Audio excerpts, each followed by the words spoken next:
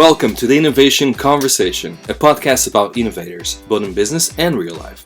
Hosted by myself, Ricardo Pascual, and Harry McDonough. This podcast is also sponsored by ODEF Tech. ODEF Tech is your premier software development partner. Make sure you check them out at odev.tech. The podcast is also sponsored by Notion.so. Notion is offering 6 months for free for new users. Make sure you check out our website, thestartupevents.co.uk, to redeem this offer. Hi, and welcome to another episode of the Innovation Conversation. Today we are joined by Sara Landi Tortoli. Sara, welcome to the podcast. Hi, Ricardo. Thank you so much for having me. Yeah, it's a pleasure. Sara, would you like to introduce yourself to the audience, please? Like I just told Ricardo, I really suck at this I'm question. making intros. That's the toughest question for me, I guess. But yeah, my name is Sara Landi Tortoli. I am a product manager who happened to work in AI and machine learning for the past 7 years. Now, I guess I'm what you will call a solopreneur. So I try to build my own startup.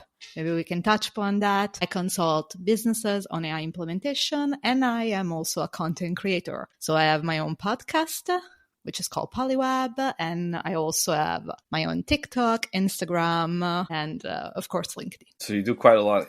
Keep yourself really busy. And how, moving from a product manager, product owner to actually launching your own business, how was that journey like? What prompted you to change? A burnout. So apparently I'm only able to change through pain.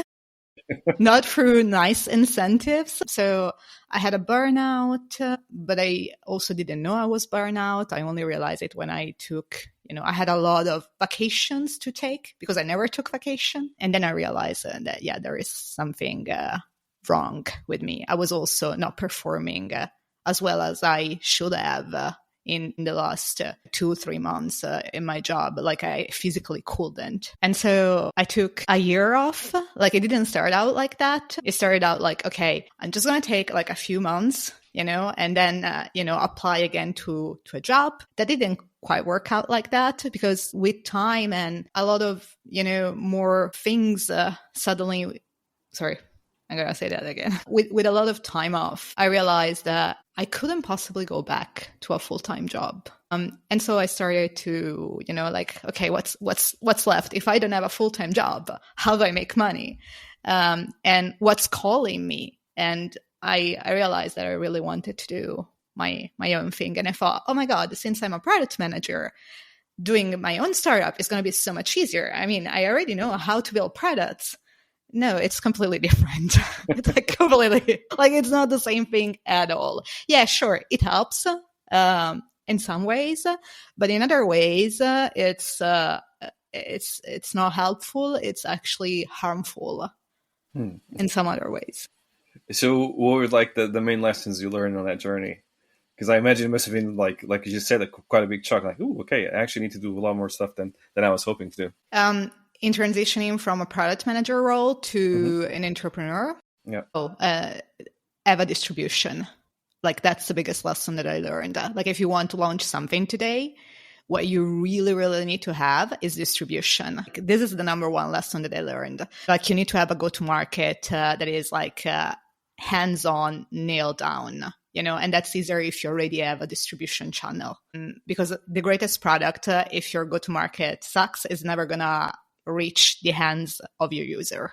So that's one of the things that I figure out. The other thing that I figure out is that the people that you build it with, so the people that are your co-founders and you share your journey with, pick them carefully, and be very aware of your own limitations and your weak point, because the minute that you start building something, they're going to show up and stare at your face constantly, like all your limitations or your like limitation in terms of not just skills, but also belief. Like if you, don't believe you can do something fully and you just fake it until you make it. I found out that fake it until you make it doesn't really work. It's another lesson, like you actually have to believe it, So that was my 3 short and sweet, not so short, but three sweet learnings from this entire experience. You're also an entrepreneur, by the way. So what would you say were your, if you have to pick, 3 biggest learning? I think that at this stage, we're probably best off just revealing that you also have a podcast. So you ask a lot of questions on a regular basis. Yeah, sorry. Like I'm very bad at being like interviewed. I feel much more comfortable asking questions. So like listener will forgive me if sometimes I ask questions back to Ricardo. No, I think you actually touch upon a couple of points that I find to be quite interesting. The first one is you mentioned you're gonna like your limitations are gonna get back to you very quickly, and I find that happens every day. However, we have so many tools at our disposal nowadays. I mean, I use a lot of AI. I think most people use a lot of AI nowadays, which really, really does help to understand things. Things that probably before ChatGPT, I would take ages to find out what they actually mean, what they actually do. Nowadays, I just say, hey, what exactly does this mean? Explain it to me. And then I have a full explanation. So I'm able to process information and act upon information a lot quicker. And that is super impactful. Even though I might not know the right answers, I know where to get them. I know how to act upon them. So that makes a big difference. And then you mentioned picking co-founders. I think that's probably one of the best or the hardest things you need to do, which is like, how am I going to pick the right person? And also what seems right in 1 month might not seem right 6 months on the line. So having that how should I put this, flexibility to be able to work with someone, that's really, really important. It's also quite hard. And I highly recommend always getting like a founder's agreement in place. So what do you do when things go bad? And that all needs to be written down. And that needs to be written down when everyone's like at peace and everyone's super happy with each other, because then you make something that's fair. Because if you're trying to negotiate that past that stage, it's not going to be fair to anyone. So yeah, was it helpful for you to have negotiated beforehand? I've learned the lesson the hard way. Yes, I had to learn the lesson the hard way. But yeah, I think that's probably one of the biggest takings for me is like get a founder's agreement in place. I think it's probably the same thing if you want to get married, just get like a prenup, because then when things go bad, they really do go bad. So yeah. Yeah, because like really your co-founders, you spend more time with them than any family member. Like if you're married, with kids, like you're going to spend more time with your co-founders than your family, especially if you're trying to build a startup, which when it's early stage, it's super time consuming. Like you live and breathe for that. That's true. And like if you're not 100% strong in your co-founder's relationship, that's gonna come back to haunt you.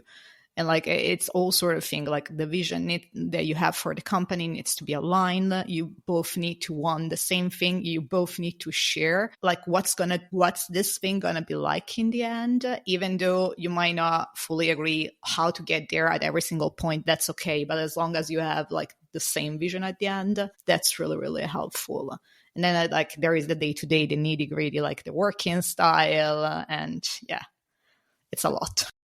I'm curious, Sarah, how did you come up with the idea for your startup? I was doing a bit of personal experience and a bit because I was doing a lot of research and I saw the numbers and I was like, there is something here. For context, like I'm just going to explain briefly what the startup was like. I was going to build an AI companion that, unlike normal AI companions that keep you in the app talking, just with a chatbot, will match you with other people. Okay. Yeah. So like we thought at the beginning friends. Of course, we were aware that romantic relationships are much more of a driver for adoption. But at the beginning, it was meant to be like an AI companion that helps you find friends. And I came up with this idea because first, when I moved to Berlin, I experienced loneliness a lot. Berlin can be quite a tough city to live. And sometimes when I was like alone by myself on Saturday nights, without nothing to do, I felt so alone. I was like, if I had that was 7 years ago, right? If I ever had a chatbot 7 years ago that I could talk to on that Saturday night, I would have, just to hear, the voice of someone, because you can't call your friend on Saturday nights, like they're out doing their own things, right? And you're not physically, in the same nation. So it doesn't really help. So that was one observation. And then I started doing research and I saw the numbers behind the AI companions. I saw the retention numbers. And it's crazy, the willingness to pay for you from users. It's like crazy. There is really a loneliness epidemic and something about, people wanting to really be able to confide into someone and not finding it and not finding this in real life. And so we thought, okay, this is also going to be dangerous if more people rely on AI companions moving forward. We're not going to be able to talk with each other. So what if we use an AI companion to actually help people getting closer? So that was the idea. But it's a very good idea, and it's a big problem, isn't it? We keep on playing with our phones instead of talking to people in real life. Yeah, I spent a lot of time doing research for this product, and the people that I talked to, the things that I found out, countless hours on Reddit. Possibly read every Reddit thread that was out there. I even recorded a podcast episode that never went live because the people that I interviewed 5 people that were daily AI companion users since years. Unfortunately, I couldn't release the podcast because I was denied permission and I didn't want to, for the people to be uncomfortable. But I learned so much about the human condition through the research I did to build the startup. And really, I am astonished, both on the upside and the downsides. But let's go back a step here so we can tell our listeners. So you're in Italy and you moved to Berlin and you launched the startup in Berlin, right? Yeah, no, I was in Italy. I got a job offer from Zalando. Zalando is one of probably the biggest fashion e-commerce in Europe. So got a job at Zalando. I moved to Berlin because of that, because the headquarters of Zalando is Berlin.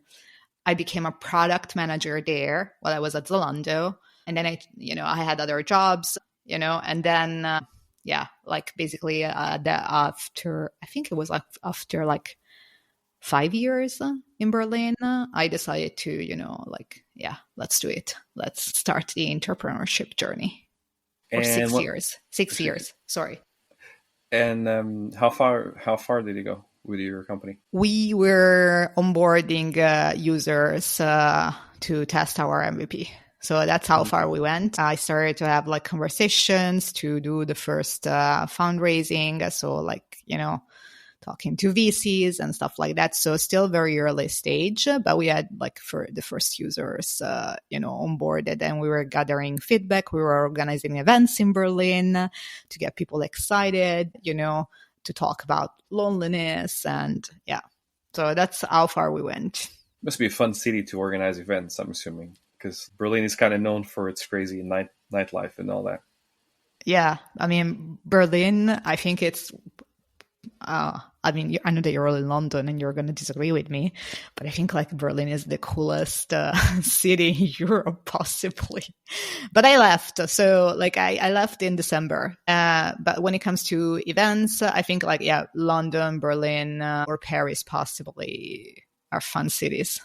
The thing with London is everything closes quite early, which for me, it's always a pain point because I'm always I want to party the night away. I'm going to party till it's breakfast time, but people kind of shut down at 11. And if you're really lucky, you might find a club that closes at 3 a.m. But apart from that, everyone just goes home super early, which really drives me nuts, to be honest. But okay, definitely then Berlin should have been your city, because in Berlin you can party nonstop from Friday till Monday. Literally there are clubs that are open the entire weekend. Berghain is open the entire weekend.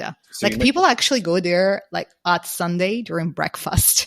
You wake up. Yeah. It's very common because it's a bit less crowded. It's difficult to get in, right? And if you go on a Saturday night, there is going to be probably kilometers of lines, to enter the club with no guarantee that you will enter the club. Did you ever manage to get into the club? Yes, I managed. Okay. But because I looked after a few years, I looked Berliner enough, right? So you need to look not a tourist. I see. Okay. You have to have the Berlin vibe, basically. It's je ne sais quoi, I don't know what vibe, the little Berlin something. But yeah, you can go there, and people usually go there Sunday morning. So you wake up, you have your coffee, your croissant, or whatever you have for breakfast, and then you go to Bergamo. And you go back, and you go home at 10, 11 p.m., from 9 or 10 a.m. So you party enough, and then on Monday, you can go to work. That is fascinating. The idea of waking up and going to a club is like, well, I guess you really need to like clubs to do that. Interesting. Yeah. And, the podcast, tell me about the podcast. When did you get started with that? So I started the podcast, I think it was 2 years ago, but I wasn't the most consistent in publishing the podcast. I didn't do that ongoingly. I did it in seasons. So every year is a season. So I got season 1, then I got season 2, and now I'm releasing, I think like in a couple of weeks, season 3. So I usually find for each season about 10 guests, and I deep dive with them on a certain topic, right? So the first year was around crypto a lot and blockchain and NFTs. The second year was more around like building a startup because, of course, I was building my startup. So like it was selfish enough. And building products in general. And then this year instead is much more about AI. So interviewing different people that look at AI from a different angle. Interesting. And what are you doing with AI at the moment? What? Sorry? What are you doing with AI at the moment? Like you run your own business as well with AI, right? No, right now I'm mainly consulting businesses. I'm still licking my wins from the startup fail. Yeah. I mean, it happened in November. So it's like okay, so it's quite early, It's like quite like we shut everything down in November, and it was like a bit painful for me. So I'm still on the fences if I want to do this again or not. Because now I know. Before I didn't know, now I know. I'm still on the fences about that, if I want to do that or not. And in the meantime, I'm consulting businesses regarding how to apply AI to their business and also creating content online. So mainly TikTok and Instagram. And what got you started with the podcast? What was the core idea behind it? The core idea was communicating technology to the larger audience. Because I remember when I first started working in tech, like it was like discovering an entire universe. Like I felt like Alice in Wonderland, but in tech, basically. Like the tech was the rabbit hole. And I found so fascinating this word. And I know that software, like it's the power that will change the world, right? If you look at the major societal shifts that we have had in the last, 30 years, it's all because of software, basically, and a bit of hardware, of course, if you look at the iPhone. But the iPhone at the same time unlocked, the App Store, right? And that's where the magic really started to happen. And social media, and everything. I wanted to communicate like the inner workings of this word to people that are external to it. And that's why I decided to start the podcast. Also, starting a podcast allows you access, that's the selfish reason, allows you access to people that you wouldn't normally have access to. Like, who will grant you 1 hour of their time or 30 minutes? And you can ask them whatever question you want. That is very true, actually. Right? What is your, like, what did you start? What is your experience? So it's kind of similar, but slightly different. So it's a good way of putting things. I saw a job ad online for a podcast, and this was with my business partner, Harry. He said, we're looking for a podcast host. And his original idea was to have a podcast to promote his digital marketing company. And I told him, well, that doesn't really work that well, because then you can't really interview people and expect to get them as clients. Let's just interview interesting people and then see how we go. And it is called Innovation Conversation. And the idea was just to talk with a lot of innovators. We kind of got started. We interviewed a lot of people in the beginning, really doing very cool, new things. Then Harry kind of dropped up around episode 20 or so. And I continue now episode 70-something, 75 or 76. And it's still the same thing, which is I interview entrepreneurs, I interview investors, I interview people in the ecosystem that can help out either startups launching out or just investors looking for new ideas and new opportunities. So, yeah. So you run 65 or 75 episodes? 75. So we're now 75. This week, I think it was 76. So next week will be 77. And yours will probably be 82 or something like that. Oh my God. Yeah. Okay. So what do you find about podcasting that keeps you going? Because to record 80 plus podcasts, like you must find something in it. what is it that you find in it? And what is the most difficult thing about running a podcast for you? A good question. I think the best thing is this. You get a chance, just like you said, to interview a bunch of people who you might not normally have access to. And that opens up the way you think, and that opens up your world, which is pretty cool. And then secondly, for me, it's also about, I guess, broadening my horizons, if that makes sense. Because if I'm interviewing someone who's done something completely different or who has been very successful at business, I then realize, actually, it's not that hard, or I can do this as well myself. So it kind of helps with my confidence. And I think at the same time, obviously, it also helps the audience, right? So the audience gets a lot of insights from very successful people, what works, what doesn't work, what they should actually pick up on, tips and tricks and stuff like that. So it's quite insightful. Yeah. And what is the most challenging? Yeah. I mean, you're going to have some selfish reason. I don't believe that people that just say, oh, I'm doing this, just to educate people or for the good of my art. Like, you can do that for like 1, 2, 3, 4 episodes, but at one point things get tough. Mm-hmm. Like, if your motivation is just external and there is nothing internal for you, it's difficult to keep it up, I think. It is, yeah. And also, it takes a lot of work. And there's a lot of weeks where, for example, I've had weeks in the past where I interview 6 people. And by the 6th person you interview in the week, you're drained. You don't have any more questions to ask anyone, right? But then you also realize, okay, I've interviewed 6 people, which means I now open up a lot of opportunities. And I can then spend the next couple of weeks just, exploring these opportunities. So it's actually quite helpful and quite beneficial for me, at least. And oddly enough, also helps with confidence, because you're now in front of the camera. You learn how to speak with the camera a little bit better. You're trying to fix like the way you speak. Am I pronouncing the words correctly? Stuff like that. And yeah, for me, I think it's quite a useful tool. And I think having the ability to tell people launching a business, it's not that hard. Just get started. Look out for these things, but it's not that hard. That also adds a lot of value. Yeah. Yeah. I think podcasting taught me not to speak very well, as you can see, but it taught me how to listen well, because when you're talking to someone, like day-to-day life, normally you're also thinking about, okay, what am I going to say next? You're branching out a little bit. Instead, when you're interviewing someone for the podcast, you have to be 100% zoom in on them, like full attention. You have to pick up on what they say to build upon the conversation.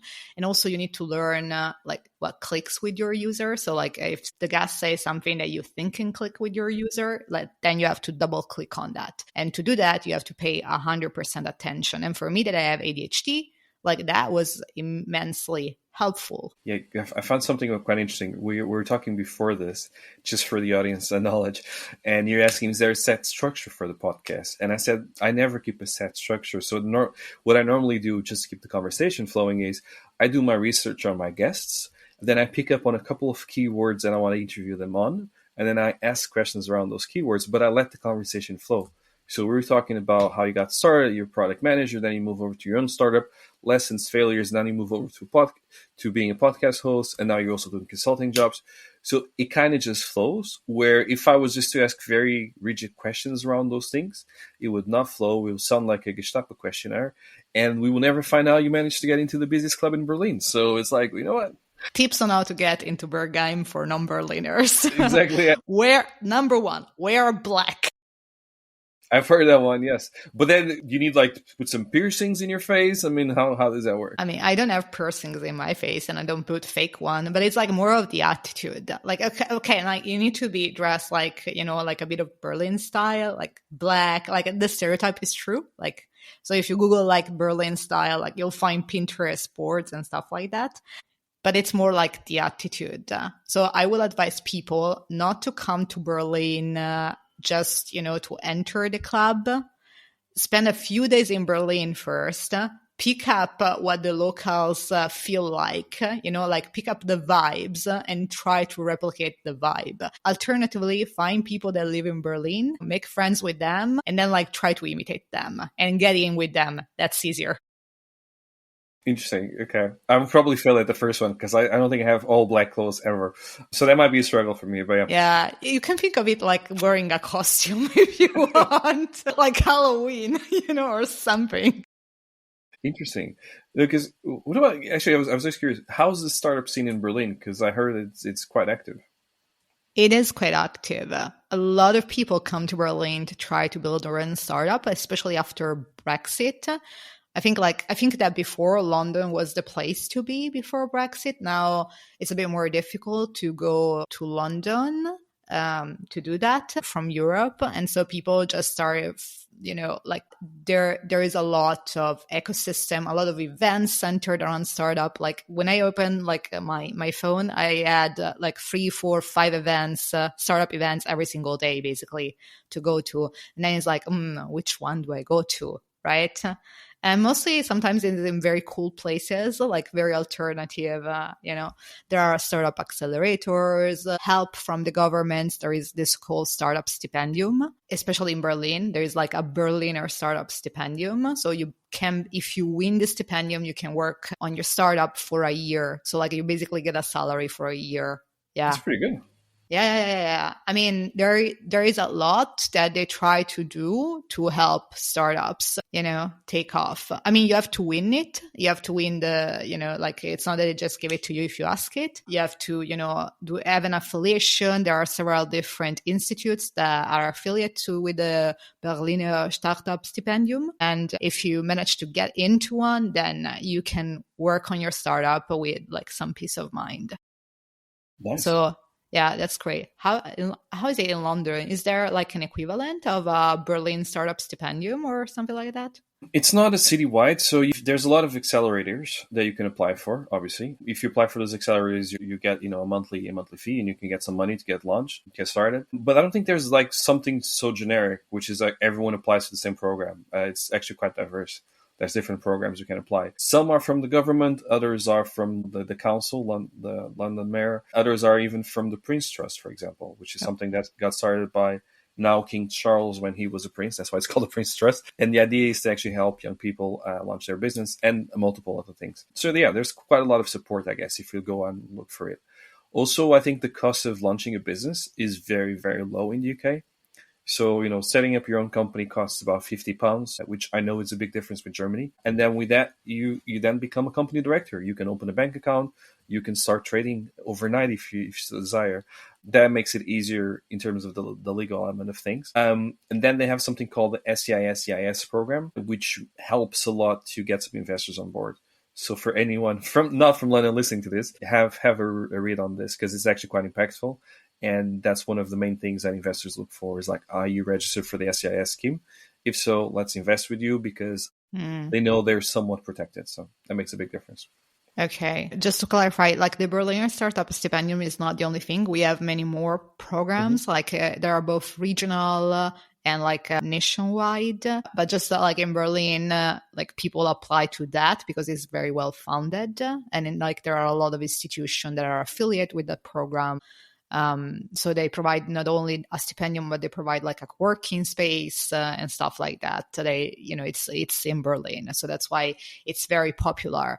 But yeah, I feel like our cost for running businesses, it's much higher. Much higher, yeah. Yeah, like you can open like a startup with £50 or 50 or like 50 euros in Germany. I mean, you can. There is that seem, but no one will take you seriously and no one will invest in your company. No VC will invest in a UK. Basically, you need to have a GmbH, which is a limited liability company. And that's like 20K to invest, Yeah. I mean, otherwise, like no VC will even look at you in the face, basically. Like, oh, you don't believe in your startup enough to invest that amount of money. Interesting. Yeah, it's different. Like VCs in Germany are a bit more conservative in that regard, are a bit more traditional, so they want to feel a bit more secure before investing. Makes sense. I guess it makes sense. But then it creates a barrier to entry, doesn't it? Because a lot of startups were actually founded by people with not a lot of money. And that's probably one of the reasons you want to launch a business is because you want to make a lot of money. So asking for 20K just to get started might not be the easiest thing, but I don't know. Maybe it proves a point. Like it proves that you were at least able to get 20K, right? So yeah, I mean, you don't have to get K immediately. Like, I think you can do with half of them at the beginning just to incorporate, but you are liable for 20K. Yes. Wow. That's quite a lot of money. Yeah. Yeah. Yeah. Oh, yeah. That sounds interesting. What, I was like asking this question, when you were having all these down moments and stuff like that, what kept you motivated? What did you say to yourself to bring you back into your game, into your passionate self? I guess that's a good question. That's a good question because I can think of several answers, but I'm trying to like isolate one, I guess like a sort of internal optimism that everything will go well in the end. Even if it's not what I envision, like even if it doesn't look like what I want right now, like everything will sort itself out. Like I always believe that I will end up on my feet no matter what, like I have this sort of inner conviction. Like a cat. It's like a cat. Yeah. Okay. Like even if it happens like at the very last possible second, but it will happen. And I always have like this conviction, So like I think like having this sort of internal optimism kind of keeps you going, even in the toughest moments. That's why I say that like beliefs, like the beliefs that you have are super important when you're trying to build a startup. Because if you think that in the end you'll always be okay, no matter the setbacks, you will be. And even like my startup didn't go well, failed. But the way I see it is that it failed because the next one, because I needed to learn lessons to build my next startup. That's one point. And if I look at my life since then, actually my life has quite improved. Yeah, I think that's the thing most people don't realize. You don't need to make it every time. You need to make it once. Yeah, exactly. And then everything else you fail, that's okay, because that's a learning curve. At least you've learned something. Obviously, don't do the same mistake twice. But as long as you keep on learning, it'll get to the point where you're actually going to be successful. And there's tons of cases of people who only manage to do so very late in life. I'm going to say the classical ones, because I think everyone will recognize them. But look at Colonel Sanders from KFC, or look at Ray Kroc from McDonald's. It's the same thing. They got in very late in life. They failed multiple times before, and then all of a sudden they hit the nail on the head. Okay, this is exactly what we need to be successful, and it took off. So yeah, you never know. And actually, like I think like framing it as failure, like you fail when you stop learning and reinventing yourself, I feel. Otherwise, anything else is an experiment gone south, basically, or a lesson that you needed to learn. Like that's my preferred lenses. Like, this is a lesson that I needed to learn. And like if I fail to learn from that lesson, that's a fail. So that's how I see it. And like if you see it, things like that, if you see life as a series of experiment, that might go well, might go another way that you originally thought, but you learned from that, that's really helpful. And keep showing up. I think that's the most important thing. Keep showing up. There's good days, bad days. You keep on showing up, and eventually you make it. So I think that's also it's like going to the gym. You're gonna have really good gym sessions and really bad gym sessions, but when you have a bad gym session, which happens, you still showed up, and that counts more than anything else. So you might not do 10 pull-ups. You're gonna do one, but you still been to the gym, and that makes a huge difference. When you start adding all those things together, you're good to go. So yeah. What keeps you going instead? Like that was my personal answer, like, but what is yours? I am stubborn as a mule. So that helps too. That helps. That's kind of, I just think that I still have a lot of stuff to do. And because I have a lot of stuff to do, I keep on doing it. So when things don't go my way, I said, no, screw this. I'm going to continue doing this, or continue doing whatever I feel like doing, because I am stubborn as a mule. I'm going to prove people that I can do it. And yeah, that's kind of keeps me motivated and keeps me on pushing forward. And throughout my many failures in life, because I had many, like I guess most people, I kept on pushing. I never stopped, because like, why would you stop? You just failed. So surely there's some reward coming your way, some way. So you keep on pushing, and it normally happens. It turns out okay. So yeah, and if you push, like, okay, question for you.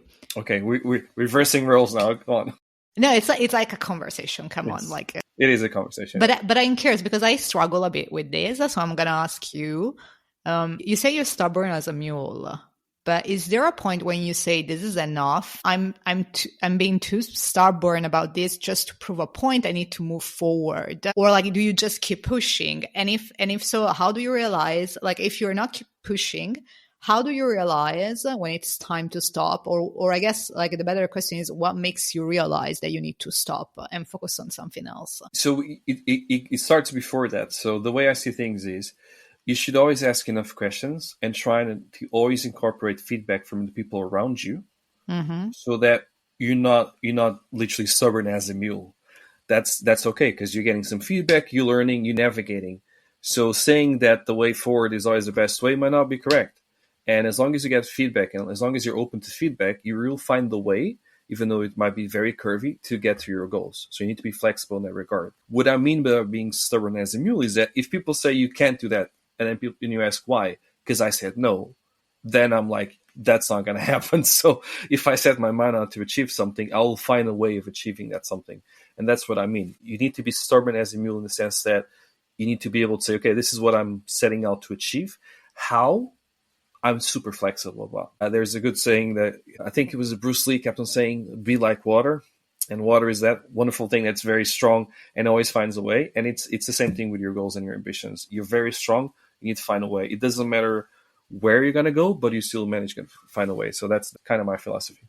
Yeah, I feel like if I look at the startup success, like most people think it's like instant success, but actually most of the time it's people struggling for years to find product market fit and continually pivoting, and people telling them that they were crazy to keep pushing, like literally crazy. And I think that to succeed, you need to be delusional a little. Not a little, a lot, right? Like you need to be so like convinced, even if no one else sees it, you see it, and just push. I had a lot of millionaires, probably billionaires here on this show, and all of them have said the same thing. You need to be delusional. You need to be the guy that keeps on pushing, or the guy or the girl that keeps on pushing. When everyone says, why don't you stop? Why don't you go find a nice, stable job? Like, no, because this is what I want to do. And people are willing to take that risk and take that suffering, which is, I will now live in uncertainty for X amount of time until I achieve what I set out to achieve. And not everyone has that. So yeah, I guess you're born with it, maybe. Or you become an entrepreneur due to necessity. If you don't have any food on the table, you find a way of getting food on the table. So yeah, it's one of those things. Necessity is it's something that always pushes you forward. Yeah, the uncertainty, it's something. It is something, yeah. Just if anyone is like listening and considering, oh, should I do this or not? Like it's super rewarding.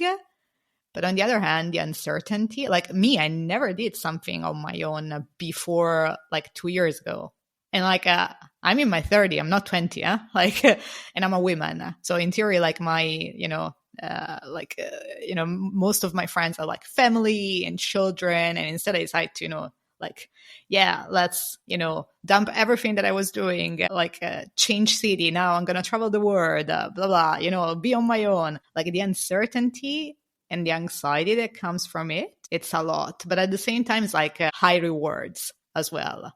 Right? Because it's like everything that you learn and the experience and who you become as a person as a result of that. But you need to be able to learn to manage that. How do you and that is the question to you, how do you learn to manage the uncertainty? How do you learn to manage the uncertainty? That's a good question. I mean, I found that the only thing, having gone through bad moments in my life, I found that the only thing that really sticks through is myself. And of course, a selected group of friends and family. And everything else is temporary. So there's really not any certainty in life. You might think you have a great job, and then next day it's gone. Oh, what happened to my great job? I was set for life. No, you're not. It doesn't work like that. So I rather be in control of my decisions and in control of my own uncertainty and say, you know what, I choose to be uncertain, but I also choose to reap the rewards of that uncertainty. Instead of saying, I'm going to stay here and everything is completely fine until the storm comes. Well, no. If I'm already at sea learning how to navigate the storms, if there's a storm, I'm much better equipped to navigate it than if I just sit in my little corner of, I guess, let's use the same example. If I sit in my little boat hoping there's never any storm, I'm going to sink. If I'm out at sea and, deal with any storm that might come my way, I'll manage to find the correct way. So it's a bit of a gamble. It's a bit risky, but I just find it to work. I feel like what you're saying, this quality, is probably one of the most important quality that people can cultivate moving forward. if it's true that we're going into a future where increasingly, AI can take over more tasks, can automate things a bit more. Like I'm certain we will get there, but I'm like very skeptical on the time frame. I think that sometimes, like those AI companies like tend to, accelerate, like over promise a little, but I'm sure that we will get there. If it's not like in 2 or 3 years, it's going to be like maybe in 10 years, right? But it's like still a reasonably, short time frame. So I feel like this ability for people, to learn to cultivate, like living with uncertainty and what you can do to, like secure your future. It's something that like maybe is like just a thought that should start being there, I feel. And it's also, I think that with the whole AI thing, what's bound to happen is we are bound to have to think a lot more than we do right now. Because right now we consume a lot of information. Whereas with AI, we now have someone who is able to process that information and give us results. Now, what we do with it comes down to our thinking abilities. So I can ask a series of questions on ChatGPT or whatever platform I decide to use, and what I choose to do with that information is really what's important, not so much of the information I have. So being able to think on your own, thinking on your own 2 feet, is the key to being successful. At least that's what I think in this AI element. Because before, you live in a society where people were told what to do. You get your job, someone tells you what to do. Okay, cool. And you do it because that's a skill set. That's a very limited skill set you have. And then you have a leader on top of you that looks, okay, this person is producing this information, the other person is producing the information, I'm putting it all together, let's bring a result. Whereas in now, because everyone has access to the same ability to produce stuff, it's more, okay, what do I do with this? So you need to think a lot more, but that's actually a good thing. It's not a bad thing. And maybe they'll stop us becoming consumers, but actually creators of something. And yeah, that could be quite an interesting future. Not for everyone, I know, but for the ones who choose to embrace that, that's going to be fascinating, isn't it? So, yeah. Yeah, I believe so as well. Like, I find so fascinating that you actually say that AI is going to push us to think more instead of less. And that's actually the correct use of AI, like, because I feel like people sometimes misunderstand the inner workings of AI, and that AI is like an LLM is like a probabilistic system, right? It works in probability. That means that there is a chance that it might hallucinate, that it might not give you the correct answer. And if you take everything at face value, like you might end up doing mistakes in your work, in whatever you do. So you really want actually to hone on this critical thinking, that you have. And actually, if you inject your own taste, your own personality into your prompt, for example, you can get so much more results than compared to being generic. So yeah, I actually agree 100% with what you're saying. And I also know that this is not going to be for everyone. Like some people are probably going to feel very overwhelmed, with the pace of technology and what's happening. But if it's not too late to, get on top of it right now and really start. It's not, but it comes down to, when I was in school, I remember that the best student was not the one who was able to think the hardest. The best student was the one who was able to memorize the hardest and then put it all in an exam, and that's it. Call it quits. And that for me is just the wrong model, because that doesn't reflect in the working place at all. So if you go to a job and you say, I'm able to memorize the whole manual. Oh, good for you. But can you actually process that information and think about it? Oh, I can't. Okay, let's bring in an external consultant who can think on top of just having the information. And with AI, it's the same thing. We now have information and we have something that is able to process this information, but we now need to see, what am I actually going to put this on? How am I actually going to make this impactful in my organization, in my lifestyle, all that. Good example, if you want to diet and exercise, you go ChatGPT, there's like 10,000 diets you can follow. Which one are you going to follow? You need to be able to think, okay, this is actually the one I like the most and better suited for me, because then when you have that ability, you start asking the right questions, getting the relevant information, and you can act upon it. But yeah, it's exciting new world out there, I think. Yeah, actually, the most exciting use case for me for AI, well, one of, is actually this ability to train your own critical thinking. Like, because of the nature, like this is exactly working with and not against the nature of an LLM, of a large language model, right? I talked before that they are probabilistic systems. So they're going to come up, if you ask it for alternatives, they're going to come up with a bunch of alternatives, pros and cons that you might not have considered. Like this is something that I love to do, for example, when I interview a guest or when I'm thinking about a topic and I want to do maybe a video about it, I go to Claude, ChatGPT, or DeepSeek. Like I usually go through several different models because they have sort of different training, so a little bit of a different perspective. And I ask it basically to give me like a list of 10 unconventional questions for this topic. You know, sometimes I get questions that I never even, like, they were not even on my radar. Like I did not even conceive of them. And because I see that, then I start to think about it. So it's actually training me to first ask better questions, and second, to think more deeply, like on certain topics. So this is actually a fantastic use case for AI. It is, and the question it gets followed up by another question and another question and another question. And if you keep on pursuing this, you'll find what you actually need to do and the truth of the matter. And I do that with so many things. It's absolutely crazy. And yeah, it just works super well for me, I think. I need to find a replacement word for super because I use it a lot. That's a whole different thing. Okay. I mean, for you coming in from Germany, you probably hear, yeah, super all the time. Yeah. But here in the UK, I think people always look at me funny. Why does it keep on saying super? Is it Superman? What's the connection here? So yeah, I need to stop with the whole super thing. Sara, if people want to find you online, what's the best way of doing so? So they can find me on my YouTube channel, which is called Polyweb, which is the same of my podcast. Stay tuned for season 3, which comes out in a few weeks. And then they can find me in my social media channels. So I'm on TikTok and on Instagram at Sara in WonderTech. And then, yeah, I told you that I felt when I first landed my first job at Zalando, and I started to work in tech, like I felt like Alice in Wonderland. So that's why Sara in WonderTech. And of course on LinkedIn with my full name, Sara Landi Tortoli. Sara, thank you so much for your time. It's been a pleasure having you here. Thank you, Ricardo. It was a pleasure talking to you as well. The podcast is also sponsored by Notion.so. Notion is offering 6 months for free for new users. Make sure you check out our website, thestartupevents.co.uk, to redeem this offer. This podcast is also sponsored by startupnetworks.co.uk. Startup Networks, it's an online forum where you can find all the resources you need to run your startup, from grants to investors to tips and tricks on how to be successful in your startup. This podcast is also sponsored by ODEV Tech. ODEV Tech is your premier software development partner. Make sure you check them out at odev.tech.